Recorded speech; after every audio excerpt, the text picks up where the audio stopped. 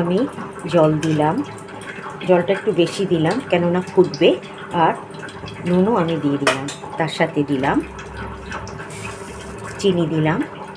এটা কিন্তু মিষ্টি মিষ্টি হবে না, জাস্ট পানসা ভাব কাটানোর জন্য আমি চিনিটা দিলাম। এবার দেখতে থাকো, সব শেষে আমি কী দিই। এটা আগে ভালো করে ফুটবে, বাকি উপকরণটা আমি শেষে দেব।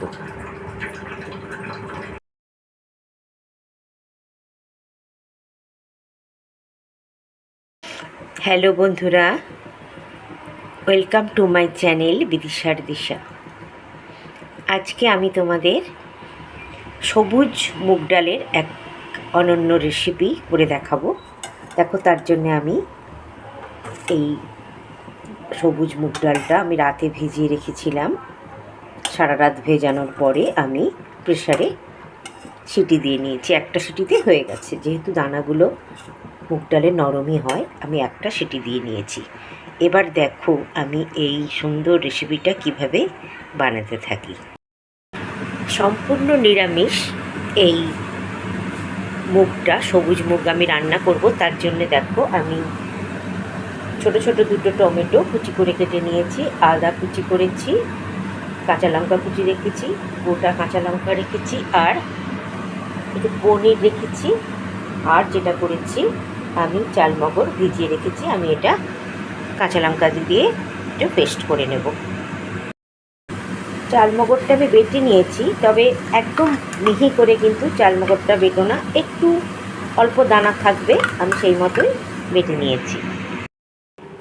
এই পদটা তোমাদের পছন্দ মতো তেলে করতে পারো, আমি সর্ষের তেলে করছি। দেখো, বেশি তেলও লাগে না, আমি 2-3 চামচ, ছোটো চামচে 2-3 চামচ সর্ষের তেল দিয়েছি। তেলটা গরম হয়ে গেছে। এবার আমি যে ফোড়নটা দিলাম, দেখো ফোড়নের এনেই রান্নাটা কিন্তু অন্যরকম হয়।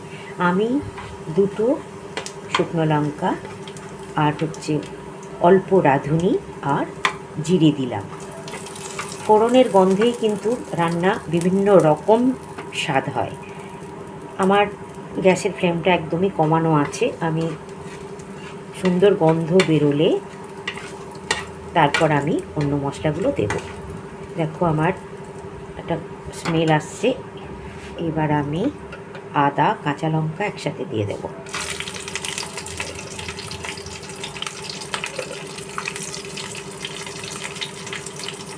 অল্প একটু আদা কুচি করে নিয়েছি আর কাঁচা লঙ্কা কুচি দিলাম। আর ওই মশলাটার সাথে আমার কাঁচা লঙ্কা বাটা আছে, আমি কিন্তু এতে আর অন্য কোনো ঝাল দেবো না। এই রান্নাটা বেশি ঝাল ভালো লাগে না, হালকা ঝালই খেতে ভালো লাগবে। আদা কাঁচা লঙ্কার কাঁচা গন্ধটা চলে গেলে তারপরে আমি কেটে রাখা পনিরটা দেব। দেখো আমি এবারে কেটে রাখা পিস পিস করে পনিরটা আমি দিয়ে দিলাম। পনির কিন্তু আমি খুব যে কড়া করে আমি ভাজবো না, আমি সাথে সাথেই দিয়ে দিলাম কেটে রাখা টমেটো।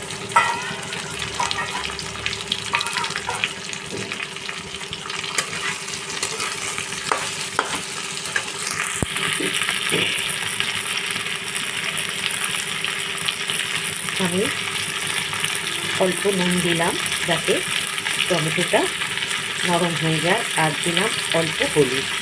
এখানে কিন্তু আমি বেশি হলুদ দেবো না, কোনো রান্নাটা আমি মুগ ডালের কালারটা রাখতে চাইছি, তারপর সাদা হবে রান্নাটা, তাই আমি অল্প নুন দিলাম। আমি পরে নুনটা দেবো, যেহেতু ডালটা যখন দেবো আমি মুগ ডাল, তখন আমি নুন দেবো।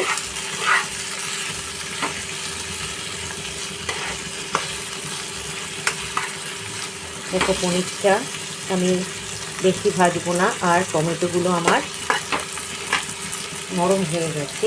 এবার আমি যে মশলাটা দেবো, আমি বেটে রাখা চালমগর বাটাটা দিয়ে দিলাম।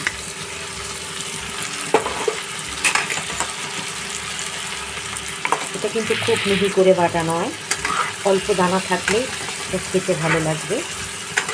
তাই আঁচ কমিয়ে কিন্তু আমি মশলাটা কষাচ্ছি।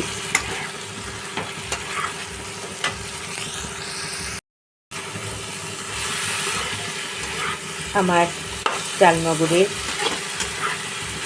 কাঁচা গন্ধটা চলে যাচ্ছে। দেখো মশলাটা আমার সুন্দর ভাজা হয়ে গেছে। এবার আমি সেদ্ধ করে রাখা সবুজ মুগটা আমি এর মধ্যে দিয়ে দিলাম।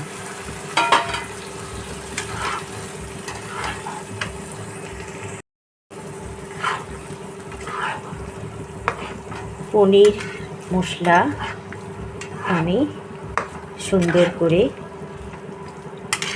মিক্সড করে নিচ্ছি।